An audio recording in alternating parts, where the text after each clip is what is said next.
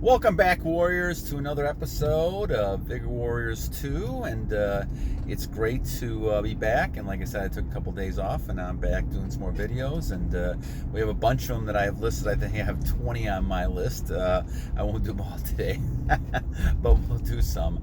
And it was good to kind of take a couple days off and refresh. And I think that's something that we all have to kind of focus on doing, is taking a couple days off to kind of go back and look and see what we've done and kind of move ahead. So that's what we did. So this video is going to be on the 1%. We're going to call this the 1% Club. And all of you that are listening to me, you're in that 1% Club. So we'll talk about this a little bit, and what is the 1% Club, and how do we get there, and how did we get there, and all the challenges we have, and of course the 99% who are not in the club. So we're going to do that right now. First, subscribe, like, and comment. Like I said, I take a lot of the comments and make videos on them and go ahead and kind of focus on different things that we're doing. So let's talk about the 1% Club. So this club is an exclusive club right now. Hopefully one day it won't be an exclusive club. And years ago, it wasn't an exclusive club. There was lots more people who believed in the idea of retention and believed in the idea of focusing on brahmacharya and focusing on sophism and those type of ideas.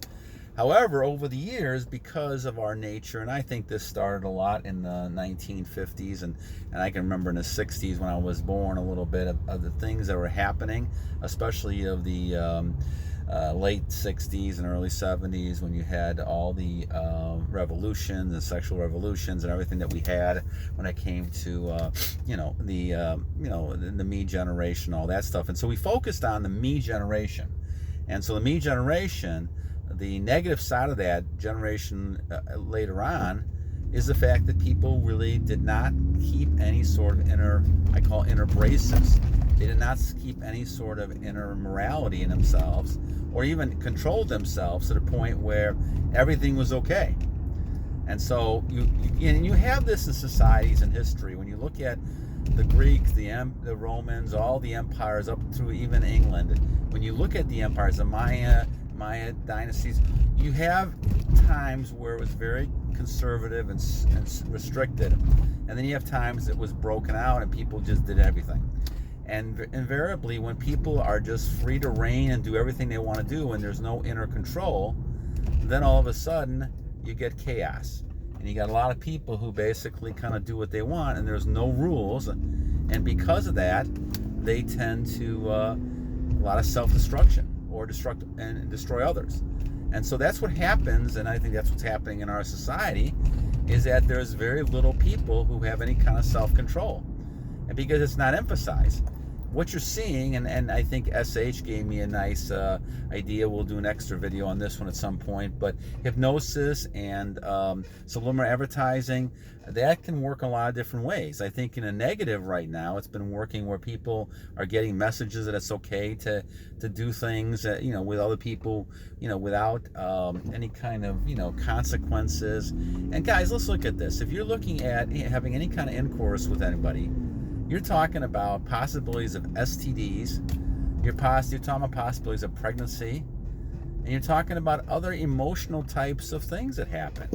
When people say, well, there's no big deal with it, they're wrong. They're just wrong. There is a big deal with it. I mean, that's one of the reasons why it's not something that people should be doing on a general basis. But when you look at women, you look at men, they're doing this now in this generation, several times a month or a week, who knows, But the problem with all this is that there are consequences to all these behaviors. And you have to kind of look at that and say, okay, I understand that. And if I understand that, I'm going to go ahead and do something about this. And so that's why we look at nowadays, people have finally started saying, I'm not going to put up with this. I'm going to make some changes because I see the destruction that's happened around me with it. And I know that from a personal standpoint. And so it's important to recognize that, it's more important to be part of the 1% club than it is a 99% club. The 99% club, they're all brainwashed. And I was brainwashed, so I understand that. They all feel like, you can go ahead and do anything you want to do, and there's no consequences. You can say anything you want to say. You can do what you want to do. Who cares about other people's feelings? Who cares about anything else? Who cares about the consequences of all these behaviors? And we're just going to go ahead and live a life of just, gluttony and pleasures and short-term pleasures and all this type of stuff that we have. You look at all these things that we have around us, whether it's gambling or alcohol or sex, all these type of things are just anathemas when it comes to trying to, have a society where people are healthy, prosperous, and they're destroying themselves. And I think this is what happens. And I think sometimes because of marketing and plans on this, I have to wonder whether or not it's, a lot of the purposes of a lot of those marketing companies and plans is to try to go ahead and buy products. So people sell products, and the result of that, whether it's on purpose or not, really is a matter of fact that you're getting people to kind of destroy themselves. And this is not a good thing. This is just not a good thing. So when we look at the 1%, it is an honor to be in the 1%.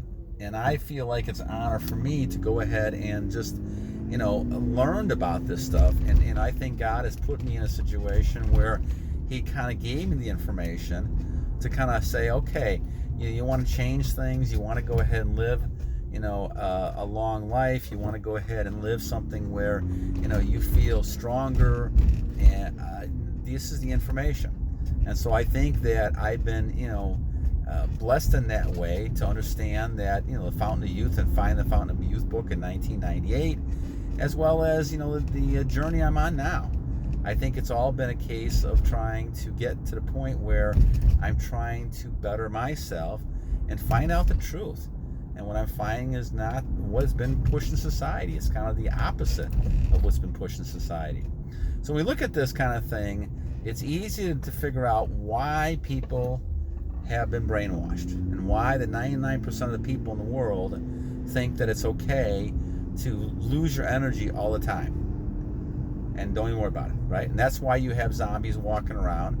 They don't understand it. They thought what they're doing is right. The medical field, the media, all everybody's told us, well, this is the thing to do, right? It's healthy to do this stuff. All this stuff is the way it should be.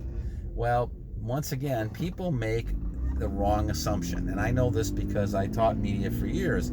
Any kind of thing you see out there, there is a bias to. You have to be a very strong consumer to understand that there's a bias when people are trying to talk about things. Even the news has a bias, right? And you've heard all the things about that kind of stuff. But the idea is that everything is a bias. And when you're looking at that, you're looking at something. I'm sorry, I got the sun sitting there. I apologize for that.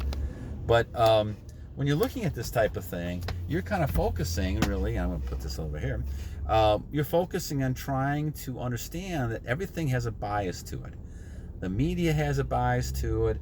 The medical field, everybody has a bias to it. Once you understand that bias, you can make a better decision on what you're going to do.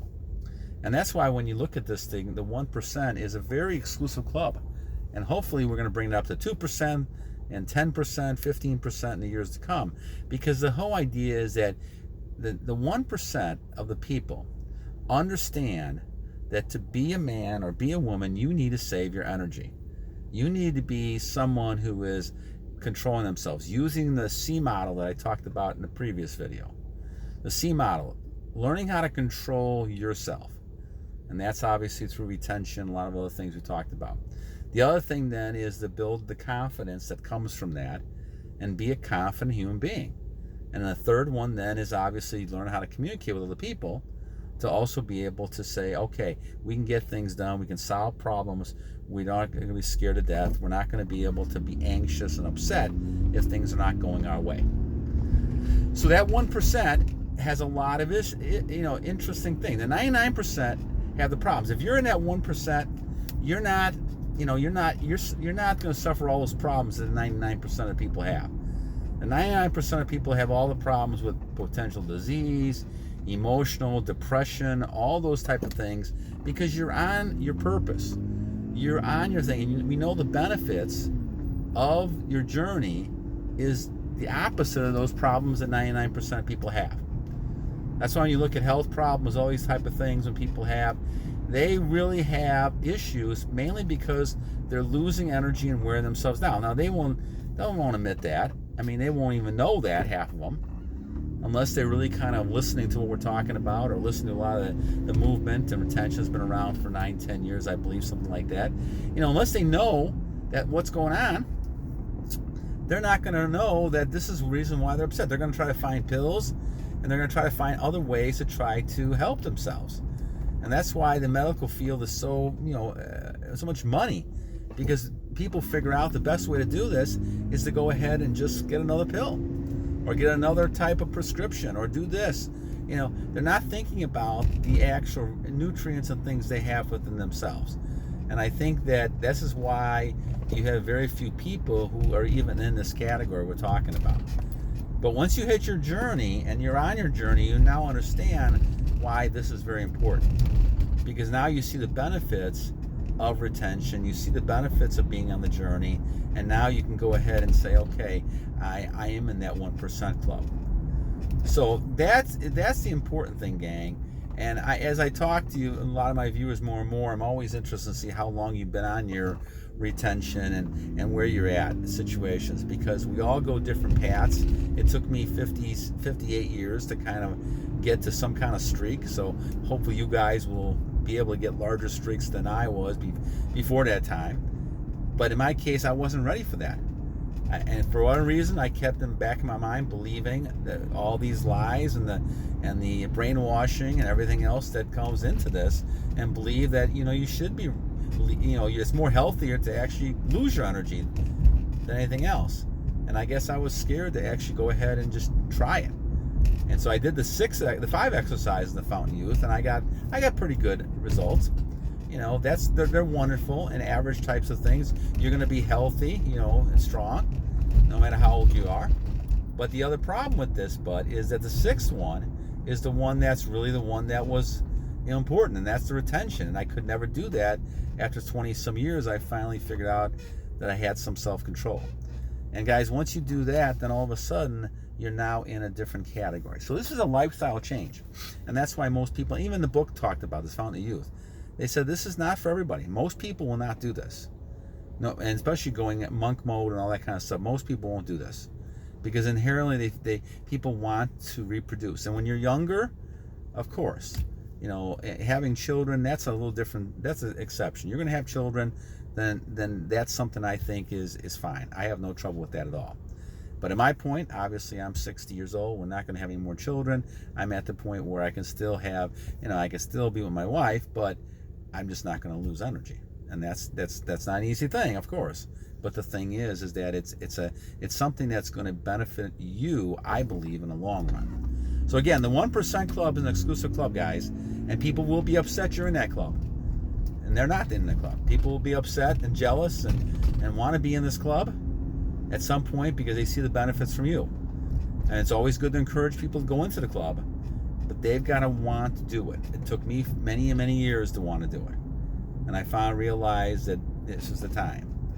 So hopefully, you can kind of convince people earlier than that, because they'll have a lot more years of success. But I think I wasn't ready for it until the point. I don't think we're ready for things until you're ready. Okay. So anyway, the 1% Club is a club you want to be in. Obviously, I'm kind of talking to the choir with a lot of you guys listening and viewing this. But anybody not in the 1% Club, you can talk with them. You have to kind of, in some ways, it's going to have to see the examples themselves. What I would suggest is, as you're talking to people, have them try it for a couple days. Try it for a week. You should be able to see some different results after 7 days. Once you have 7 days, then you can try to get them involved in a 1% Club. Okay? All right. So, until next time, control, confidence, and communicate. Battle on.